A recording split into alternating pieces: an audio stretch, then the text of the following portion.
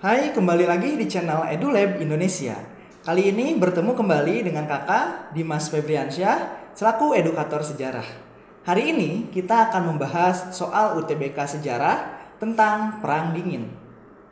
Nomor 1. Kebijakan USSR dalam bidang ekonomi untuk membantu negara-negara blok timur adalah.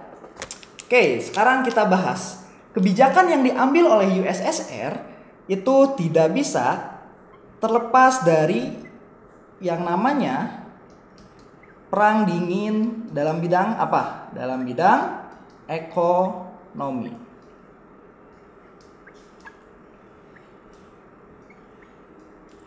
Kita ketahui bahwa Perang Dingin bukanlah perang secara senjata, tapi perang dalam berbagai kebijakan, termasuk dalam Perang Dingin. Dapat kita lihat dari segi kebijakan-kebijakan yang diambil oleh Amerika Serikat dan juga oleh Uni Soviet. Pertama, Amerika terlebih dahulu mengeluarkan suatu kebijakan ekonomi yang disebut dengan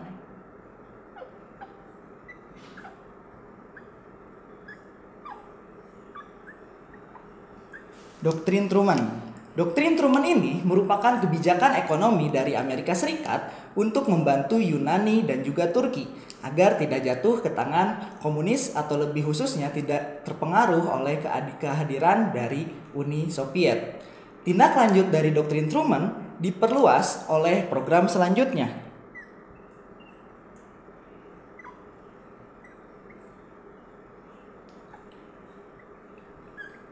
Program selanjutnya ini disebut sebagai Marshall Plan. Jika Doktrin Truman itu lebih khusus bantuan kepada Turki dan Yunani, Marshall Plan ini diperluas kembali. Cakupannya bukan hanya Turki dan Yunani, tapi bantuan yang ditawarkan kepada negara-negara di Eropa. Bahkan Uni Soviet pun ditawarkan, tapi Uni Soviet tidak menerima rencana atau usulan bantuan Marshall Plan tersebut. Apa yang dilakukan oleh Uni Soviet? Uni Soviet melakukan atau mengeluarkan kebijakan tandingan. Kebijakan tandingan Uni Soviet itu sebagai bentuk dari respon Perang Dingin. Nah, kebijakan yang dikeluarkan oleh Uni Soviet itu disebut dengan Molotov Plan. Jika Marshall Plan itu lebih fokus dalam penerimanya kepada negara-negara Eropa Barat, khususnya yang tergabung di blok sekutu, maka Molotov Plan adalah lawannya, yakni bantuan kebijakan ekonomi yang diberikan kepada negara-negara Eropa Timur atau khususnya disebut dengan blok timur. Tujuannya apa? Untuk menghalau perkembangan liberalisme di kawasan komunis, yakni kawasan blok timur. Nantinya Molotov Plan ini diperkembangkan lagi menjadi namanya Comecon. Jika Molotov Plan hanya suatu program, maka Comecon ini adalah suatu organisasi yang menaungi kebijakan ekonomi negara-negara di blok timur. Maka, jika kita melihat kepada pertanyaannya, jawaban yang tepat adalah C, yakni Molotov Plan. Oke, kita lanjut ke soal nomor 2. Perpindahan pusat kerajaan Mataram kuno dari Jawa Tengah ke Jawa Timur disebabkan oleh. Oke, sekarang kita bahas. Ketika kita berbicara atau menyebutkan tentang perpindahan pusat kerajaan, khususnya yang terkait Mataram, itu tidak bisa terlepas dari namanya kemunduran kerajaan Mataram.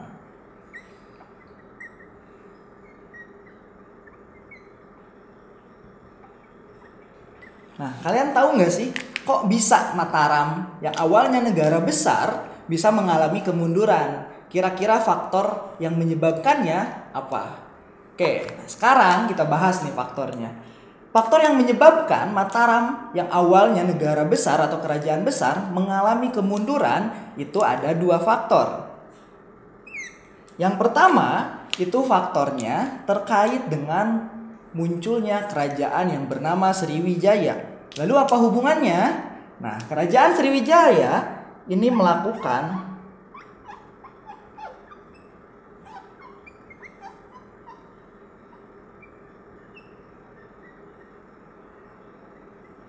Kerajaan Sriwijaya melakukan serangan ke Kerajaan Mataram yang berada di Jawa Tengah. Dampaknya apa? Walaupun tidak mengakibatkan langsung mengalami kejatuhan, tapi serangan dari Sriwijaya ini mengakibatkan Kerajaan Mataram semakin melemah.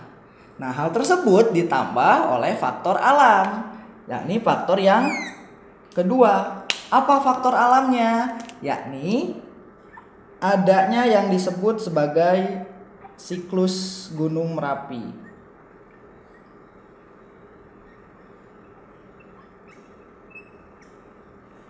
Nah, siklus Gunung Merapi ini yang nantinya mengakibatkan ada raja terakhir dari Mataram ketika di Jawa Tengah, yakni Empu Sindok, itu memutuskan untuk pindah nih. Yang awalnya kita di Mataram, karena udah diserang oleh Kerajaan Sriwijaya. Yang kedua, semakin terdesaknya karena ada bencana siklus Gunung Merapi ini. Jadi setiap 4 tahun, 5 tahun sekali itu ada letusan Gunung Merapi. Dampaknya ketika negara tersebut atau Kerajaan Mataram memperbaiki kondisi negaranya, lalu tiba-tiba ada bencana, itu mengakibatkan ketidakstabilan lagi. Makanya Empu Sindok itu memutuskan untuk memindahkan Kerajaan Mataram yang awalnya berada di Jawa Tengah ke Jawa Timur, sekaligus mengubah nama dari Mataram kuno menjadi Kerajaan Medang Kamulang. Nah, makanya jawaban yang pas terkait alasan berpindahnya pusat Kerajaan Mataram, yang pertama melakukan serangan, apakah ada di dalam opsi jawaban? Kita lihat ternyata tidak ada. Yang kedua, siklus Gunung Merapi atau bencana alam, apakah ada? Ada. Jawabannya yang mana? Jawabannya yang poin A. Oke, kita lanjutkan soal nomor 3, masih tentang soal UTBK 2019 terkait dengan kerajaan Hindu. Soalnya, perang saudara yang akhirnya melemahkan kekuatan Majapahit adalah, kita bahas soal ini.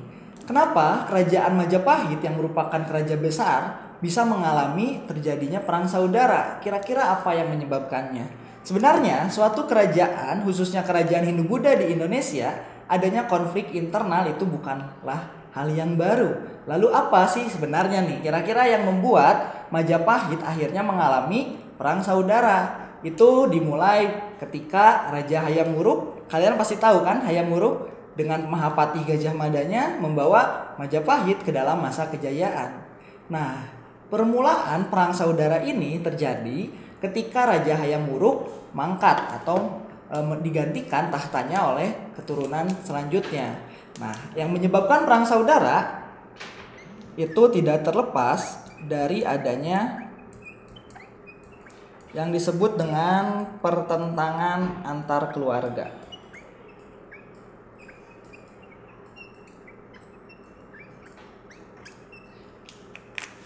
Kok bisa ada pertentangan antar keluarga? Siapa yang bertentang di dalam keluarga ini? Nah, ada 2 keluarga atau 2 tokoh yang bertentang di dalam kerajaan Majapahit. Siapa tokoh tersebut? Yang pertama itu ada namanya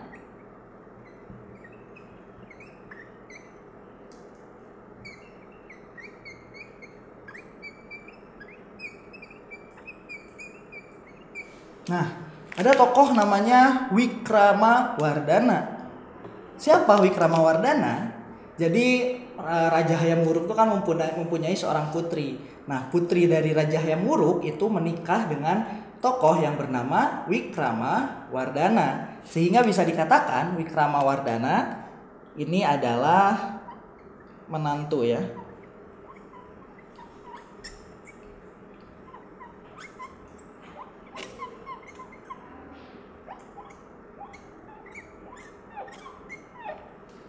Menantu Hayam Wuruk.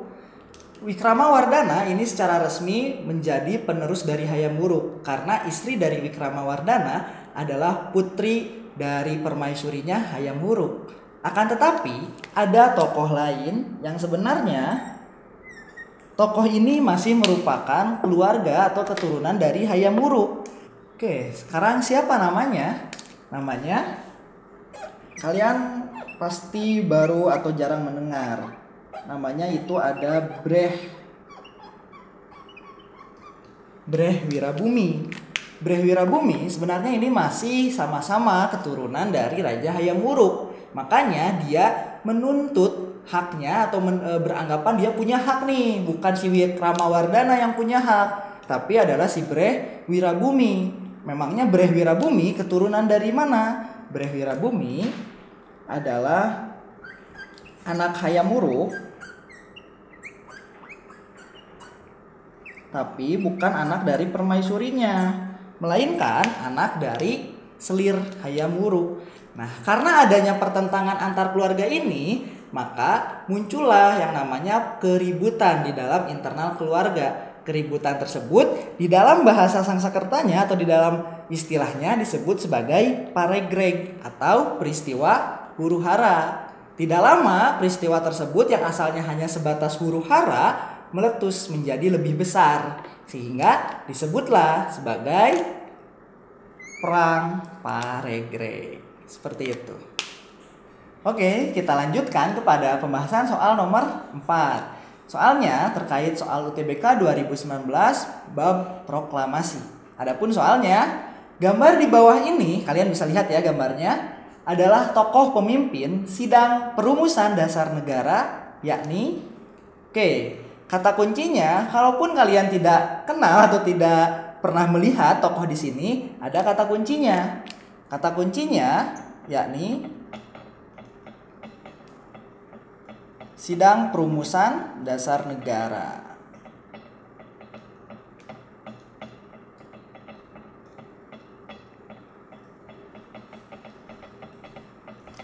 Nah, kata kuncinya adalah sidang perumusan dasar negara. Kalian masih ingat kapan dilaksanakan sidang perumusan dasar negara?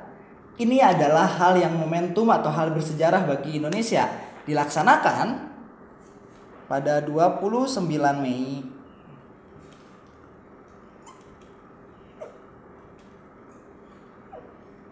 sampai 1 Juni 1945. Perlu kalian ketahui bahwa sidang perumusan dasar negara ini dilaksanakan oleh suatu badan yang dibentuk oleh pemerintahan Jepang.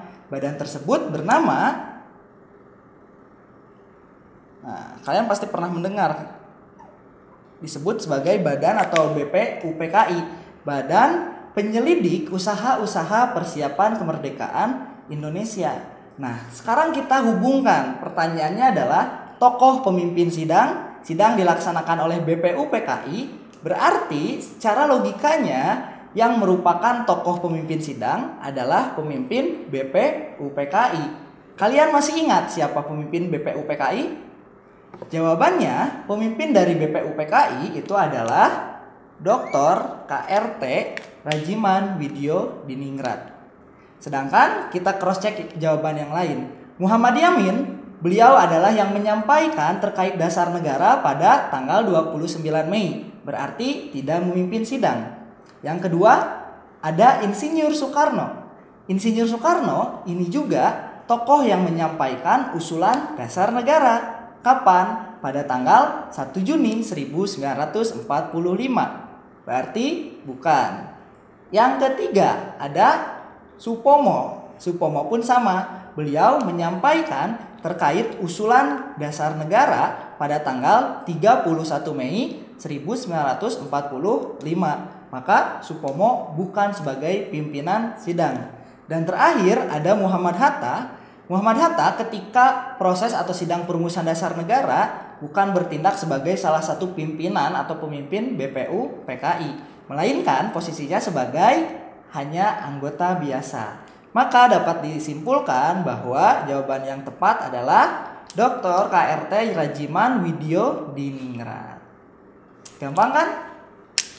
Oke, sekarang kita lanjut ke pembahasan nomor 5 tentang soal UTBK 2019 terkait penjajahan Jepang.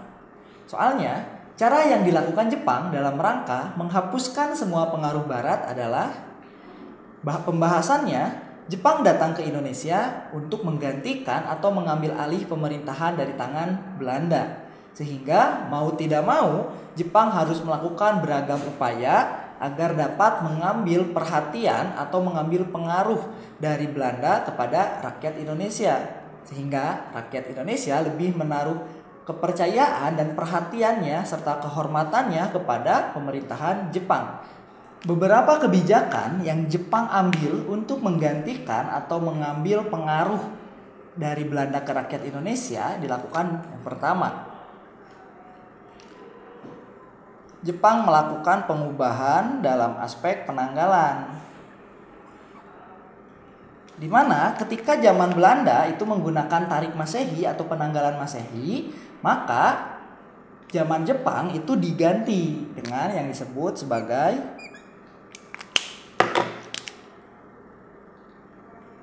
tarik Sumera. Nah, tarik Sumera ini lebih identik dengan penanggalan-penanggalan yang dianut atau diterapkan oleh bangsa Jepang. Sedangkan tarik Masehi itu adalah yang diterapkan oleh bangsa Barat atau bangsa Eropa. Kalau tarik Masehi ya seperti yang sekarang kita terapkan, kayak misalnya Januari, Februari, dan penanggalan lainnya itu disebut tarik Masehi. Oleh Jepang itu diganti menjadi tarik Sumera. Kebijakan kedua yang dilakukan oleh Jepang adalah rakyat Indonesia perlu kalian ketahui, ketika masa penjajahan Jepang itu diwajibkan untuk ikut serta dalam merayakan yang disebut dengan Tencho Setsu. Tencho Setsu itu apa? Tencho Setsu itu perayaan untuk memperingati hari lahirnya Kaisar Jepang. Siapa Kaisar Jepang? Kalian ingat? Kaisar Jepang itu adalah Hirohito. Nah, itu juga salah satu kebijakan yang diambil oleh Jepang. Apakah hanya dua kebijakan ini? Tidak. Masih ada kebijakan lainnya yang diambil oleh Jepang untuk menghilangkan pengaruh dari Barat, yakni dengan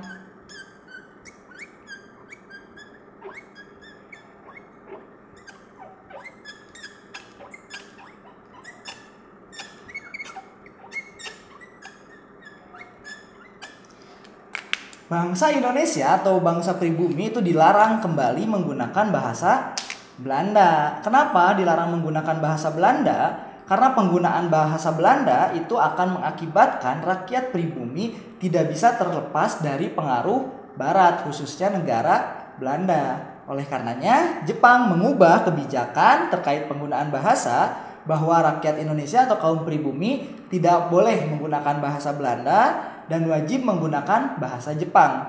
Atau jika tidak menggunakan bahasa Jepang, rakyat pribumi dipersilahkan untuk menggunakan bahasa Indonesia. Nah, berarti kalau kita hubungkan dengan pertanyaan, mana yang paling tepat? Jawabannya adalah poin A, yakni Jepang melarang penggunaan bahasa Belanda oleh rakyat Indonesia. Seperti itu. Mudah kan? Oke, sekarang kita lanjut ke soal nomor 6 tentang soal UTBK 2019 terkait demokrasi liberal. Soalnya, Perdana Menteri terpilih setelah pemilu 1955 adalah yang pertama harus kita ketahui kapan sih pemilu 1955 dilaksanakan. Nah pertama terkait dengan pemilu 1955 itu terjadi 2 kali pelaksanaannya. Nah, pemilu 1955 itu dilaksanakan dengan 2 tahapan. Yang pertama, tahapan untuk melakukan pemilihan terhadap anggota DPR.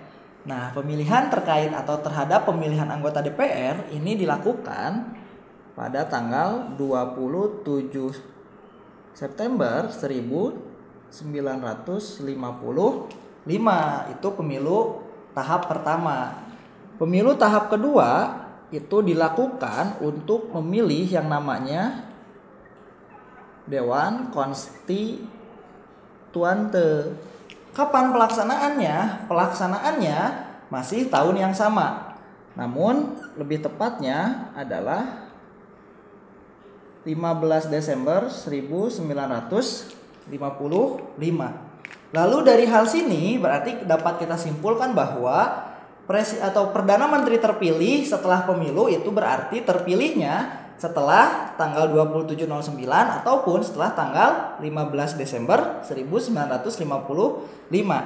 Nah, sekarang kita lihat waktu atau masa jabatan dari setiap Perdana Menteri yang ada dalam opsi. Pertama itu ada Juanda. Nah, untuk Juanda sendiri ini baru terpilih sebagai Perdana Menteri pada bulan April 1957 hingga masa jabatannya Juli 1959. Ini untuk Juanda. Kalau kita lihat, Juanda terpilih setelah tanggal ini. Tapi apakah benar Juanda? Kita tunggu sampai semua pembahasannya. Kita lanjutkan. Ada Kabinet Sukiman. Nah, kalau Kabinet Sukiman ini terpilihnya April 1951 hingga Februari 1952. Berarti ini sebelum, maka kita anggap bukan itu. Yang kedua, Wilopo. Wilopo juga sama.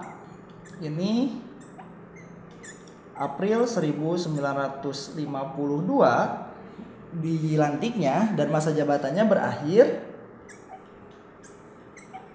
Juni 1953. Ini juga bukan. Lanjut. Sekarang ada Kabinet Ali. Nah, Kabinet Ali ini sebenarnya 2 kali menjabat. Yang pertama itu dari Juli 1953 sampai dengan Juli 1955.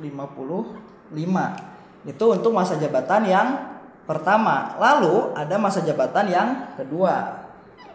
Masa jabatan kedua ini sering dikenal juga dengan Kabinet Ali II yang mulai dilantik pada Maret 1956 dan masa jabatannya itu berakhir pada, kita ke bawah ya, Maret 1957. Itu untuk Kabinet Ali. Dan terakhir Kabinet Natsir. Ini sebenarnya kabinet pertama Indonesia dalam era demokrasi liberal yang mulai dilantik pada September 1950 dan masa jabatannya berakhir pada Maret 1951. Oke, kita lihat sekarang. Pemilu dilaksanakan dan berakhirnya atau akhir dari pemilu yakni tahun 15 Desember 1955. Dari opsi tanggal yang bisa dikatakan terpilih setelah tanggal ini adalah kabinetnya Ali, khususnya Kabinet Ali yang kedua. Jadi jawaban untuk soal nomor 6 adalah D, Kabinet Ali atau Kabinet Ali II lebih tepatnya. Oke, sekarang kita lanjutkan pembahasan ke nomor 7. Nomor 7 masih membahas tentang soal UTBK 2019 terkait peradaban awal dunia. Soalnya, hukum Mesopotamia yang memberikan hukuman setimpal bagi pelakunya adalah, oke, sekarang ini ada kata kuncinya di Mesopotamia. Apa itu Mesopotamia? Mesopotamia adalah salah satu bagian awal dari peradaban dunia. Mesopotamia sendiri berada di kawasan yang sangat subur. Namun secara letak geografis, kawasan Mesopotamia tidak memiliki benteng alam atau perlindungan alamiah, sehingga menyebabkan banyak bangsa-bangsa asing yang silih berganti menguasai kawasan Mesopotamia. Salah satu bangsa yang ada atau menguasai kawasan Mesopotamia itu ada namanya bangsa Babilonia. Nah, bangsa Babilonia ini memiliki atau pernah dipimpin oleh seorang raja yang sangat terkenal. Raja tersebut dikenal atau memiliki nama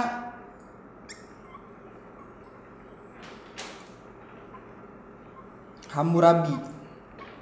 Nah, ketika masa pemerintahan Raja Hammurabi ada peninggalan yang sangat berharga sampai saat ini. Apa peninggalannya? Yakni ketika zaman Hammurabi itu dilakukan yang namanya kodifikasi hukum.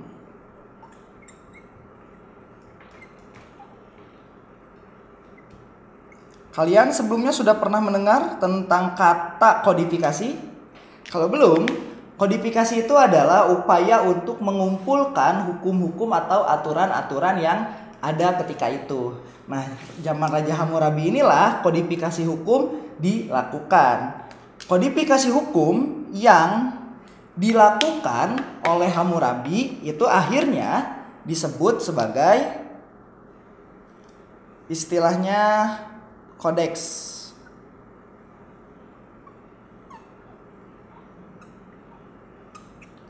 Nah, disebutnya sebagai kodeks Hammurabi. Hanya ada yang unik dari kodeks Hammurabi ini.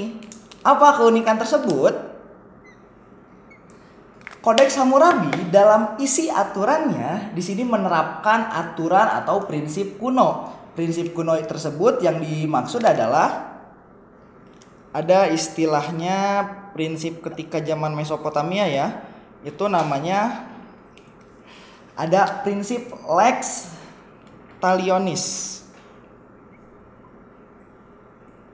Nah, apa prinsip lex talionis? Prinsip lex talionis itu adalah prinsip yang identik dengan mata dibayar mata, telinga dibayar telinga, atau bisa kita artikan itu memberikan hukuman yang setimpal bagi pelakunya. Misalkan ketika ada yang membunuh, maka hukumannya adalah dibunuh juga. Nah, berdasarkan penjelasan tersebut, maka bisa kita simpulkan atau jawaban dari soal nomor 7 itu adalah kodeks Hammurabi. Kenapa? Karena prinsip dari hukum kodeks Hammurabi adalah prinsip setimpal, atau apa yang dilakukan maka dia juga harus menerimanya. Seperti itu. Mudah kan?